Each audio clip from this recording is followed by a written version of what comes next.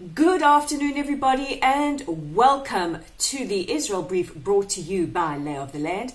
I'm your host, Rolene Marks, with today's top stories.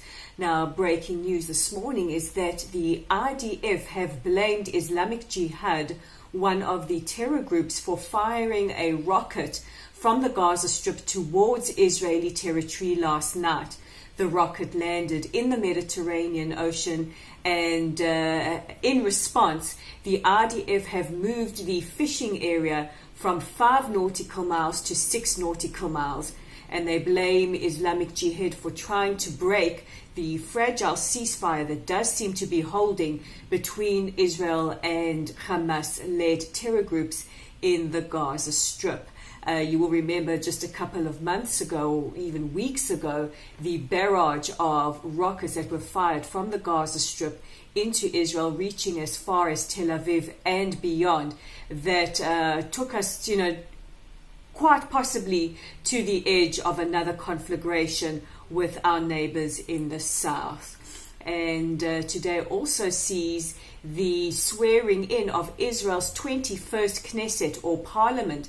Now, this follows the very, very exciting and electric elections that took place on April the 9th.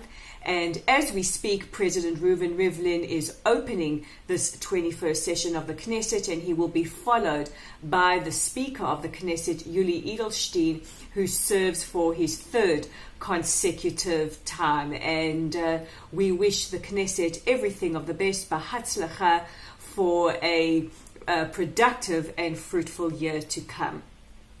And I thought I would update you on the two top stories that we discussed yesterday that are also making the news today, and starting with the tragic shooting in Poway, San Diego, in a Chabad synagogue, which left Lori Gilbert K. Zichronah Livracha, one of the congregants, dead when she jumped in front of the rabbi to try and stop the bullets, and she paid with her life.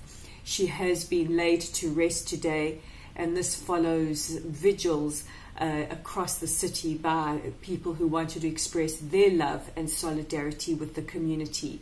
And you can also check out the extraordinary op-ed by Rabbi Yisrael Goldstein in the New York Times today, where he speaks about the importance of unity and knowing who you are and showing up for Shabbat this week. And he also talks about how a little bit of light can drown out the darkness, and if there is anybody who exemplifies light, it is Rabbi Goldstein. Also looking at the other major story we covered yesterday, and this was the horrendous cartoon in the New York Times, which was profoundly offensive and anti-Semitic. I'm not going to go into too much detail, but it was the cartoon that showed President Trump wearing a kippah, yarmulke, with glasses to show that he is blind, being led by Netanyahu, who is portrayed by a dog. Now, while the New York Times took several days to issue their apology, saying that they are deeply sorry and acknowledge that the cartoon was full of anti-Semitic tropes, news in just now that they have actually broken their contract with the agency that supplied them that cartoon. However, it must be said that yesterday they published another cartoon poking fun or denigrating Prime Minister Netanyahu. And on this subject, I feel the need to go on maybe another little rant. The subject has raised a lot of debate and discussion online, especially on social media. And some people have opined that perhaps we, the Jews, are overreacting, or we're small-minded, and that the cartoon was more anti-Trump than anything else. Now, regardless of what you think about President Trump or even Prime Minister Netanyahu, and whether or not you like Prime Minister Netanyahu or agree to his policies, he still does not need to be disrespected and portrayed as a dog. And the reason this is so offensive to the Jewish people, and here I am going to get a little bit on my soapbox. We, the Jewish people, will determine what is anti-Semitic and offensive to us. And this cartoon is profoundly so. throughout our recent history, just before the Holocaust, and even today, in school books or in sermons given by extremists and fundamentalists, we are told that we are dogs or the descendants of pigs and apes. And it's not overreacting or oversensitive from us to be concerned about this when just hours later somebody pays with their life in a shooting by a white supremacist who deems this person subhuman, or as the Nazis used to call us, Untermenschen. We are just a day before Israel begins to mark Yom HaShoah, Holocaust Martyrs and Memorial Day, which starts tomorrow night at sundown. And we remember that the Holocaust did not start with gas chambers. It started with words and images. And the image that was portrayed in the New York Times was almost a carbon copy of something that was featured in Der Stürmer, which is the notoriously anti-Semitic newspaper in 1940, which shows a Winston Churchill being led and controlled by a hook-nosed Jew.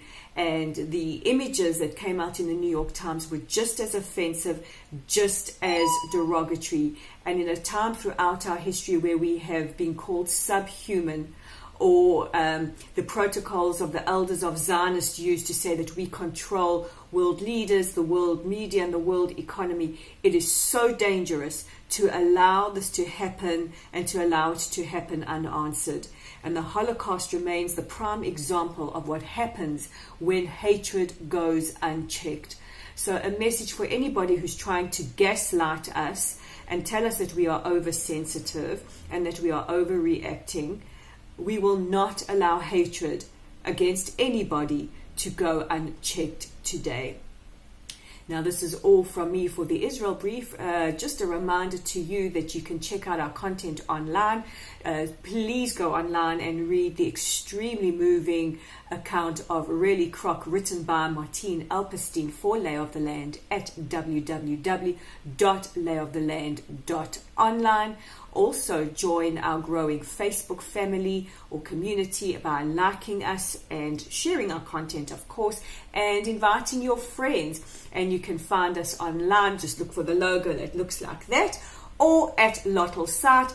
And also, if you like your news headlines delivered fresh to your device, don't forget to subscribe by clicking on the subscribe button below. I'm Rolene Marks for the Israel Brief.